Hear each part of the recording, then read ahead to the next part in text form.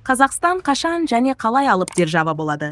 Кейде біз өз елімізді тым кішкентай, ықпалы аз мемлекет деп қабылдаймыз. Бірақ тарих көрсеткен, ұлы державалар ешқашан дайын күйінде пайда болмайды. Олар қиындық, дағдарыс, соғыс пен сынақтың арасынан қалыптасады. Қазақстан да дәл осындай кезеңдердің тоғысында тұр. Бұл ел болашақта аймақтық қана емес, жаһандық деңгейдегі күшке айнала алады. Бірақ ол үшін үш негізгі бағытта үлкен өзгеріс жүруі керек. Экономика, технология және ұлттық сана. Біріншіден, экономикалық тәуелсіздік. Қазақстанның жер қойнауы табиғи байлыққа толы. Бірақ байлықтың көп болуы мемлекетті қуатты етпейді. Маңыздысы сол ресурстарды қалай пайдаланатынымыз. Мұнай мен газ сатудан түскен ақша тек бюджет толтыруға емес, жаңа технология мен өндіріс саласын дамытуға жұмсалуы тиіс. Егер Қазақстан алдағы 10 жылда экономиканы шикізаттан цифрлық және өнеркәсіптік бағытқа бұра алса, онда елдің экономикалық негізі мықтыланады. Қытай мен Кореяда дәл осылай көтерілді. Олар арзан жұмыс күші мен табиғи байлықты инновацияға айырбастады. Қазақстан да сол жолға түсе алады. Екіншіден, білім мен технология. Кез келген держава ең алдымен мықты адам капиталына сүйенеді. Білімді, креативті, әлеммен тең дәрежеде сөйлей алатын ұрпақ қалыптаспай, ешқандай күш болмайды. Қазақстан жас буынға нақты мақсат қою тиіс, тек диплом емес, технология жасау, ғылыми жаңалық ашу, жаһандық компаниялар құру. Егер мемлекет білім мен ғылымды стратегиялық басымдық етсе, онда еліміз аймақтық техноорталыққа айнала алады. Бұл үшін шетелдік тәжірибені көшіру емес, өз инновациялық экожүйесін қалыптастыру маңызды.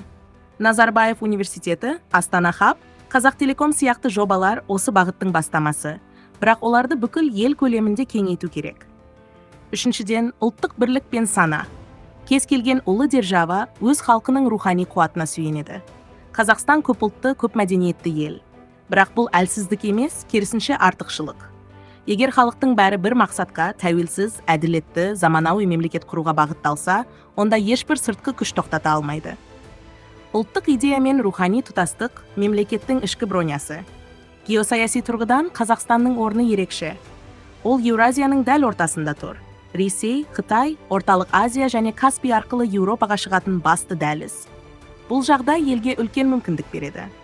Кім көлік, логистика, энергетика бағыттарын тиімді қолдана алса, сол аймақтық ықпал орталығына айналады. Бір белдеу, бір жол, түркі мемлекеттері ұйымы, Каспий дәлізі сияқты бастамалар Қазақстанды геосаяси торапқа айналдырып отыр. Егер бұл жобаларды өз мүддесіне сай басқара алса, ел тек өткел емес, шешуші ойыншы болмақ.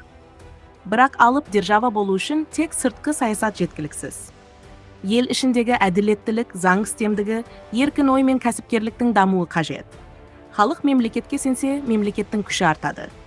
Экономикалық өсім мен әлеуметтік теңдік қатар жүрмесе, ешқандай реформа нәтижелі болмайды. Держава деген тек әскери немесе қаржылық күш емес, ол идеялық және рухани биіктік. Қазақстанның басты артықшылығы тұрақтылық пен бейбіт өмір. Көрші елдерде соғыс пен қақтығыстар болып жатқанда, Қазақстан тыныш дамып келеді. Бұл стратегиялық капитал. Егер ел осы тұрақтылықты сақтап, сонымен бірге жаңару жолына түссе, онда болашақта аймақтың ғана емес, бүкіл құрлықтың экономикалық және мәдени орталығына айналуы әбден мүмкін. Уақыт жақындап келеді. 21 ғасырдың ортасына қарай әлем жаңа экономикалық картаны қалыптастырады. Сол кезде ресурсы бар, білімі жоғары, халқы біріккен елдер ғана жаңа тәртіптің көшбасшысы бола алады. Қазақстан дәл сол топқа кіру мүмкіндігіне ие. Бірақ бұл жол жеңіл емес. Ол үшін әр азамат өз саласында сапа мен адалдықты таңдауы тиіс. Ғалым зерттеуін таза жүргізіп, кәсіпкер салық төлеп, мұғалім шын оқытып, шенеунік халыққа қызмет етсе, сонда ғана жүйе өзгереді. Мемлекетті ұлы ететін ұлы халық. Қазақстан алып державаға айналуы мүмкін. Бұл арман емес, бұл жоспар. Ол үшін тек уақыт, білім және бірлік керек. Егер ел осы үш негізді сақтай алса, онда болашақта әлемнің орталығы Еуразияда, ал оның жүрегі Қазақстан деп айтатын күн туады.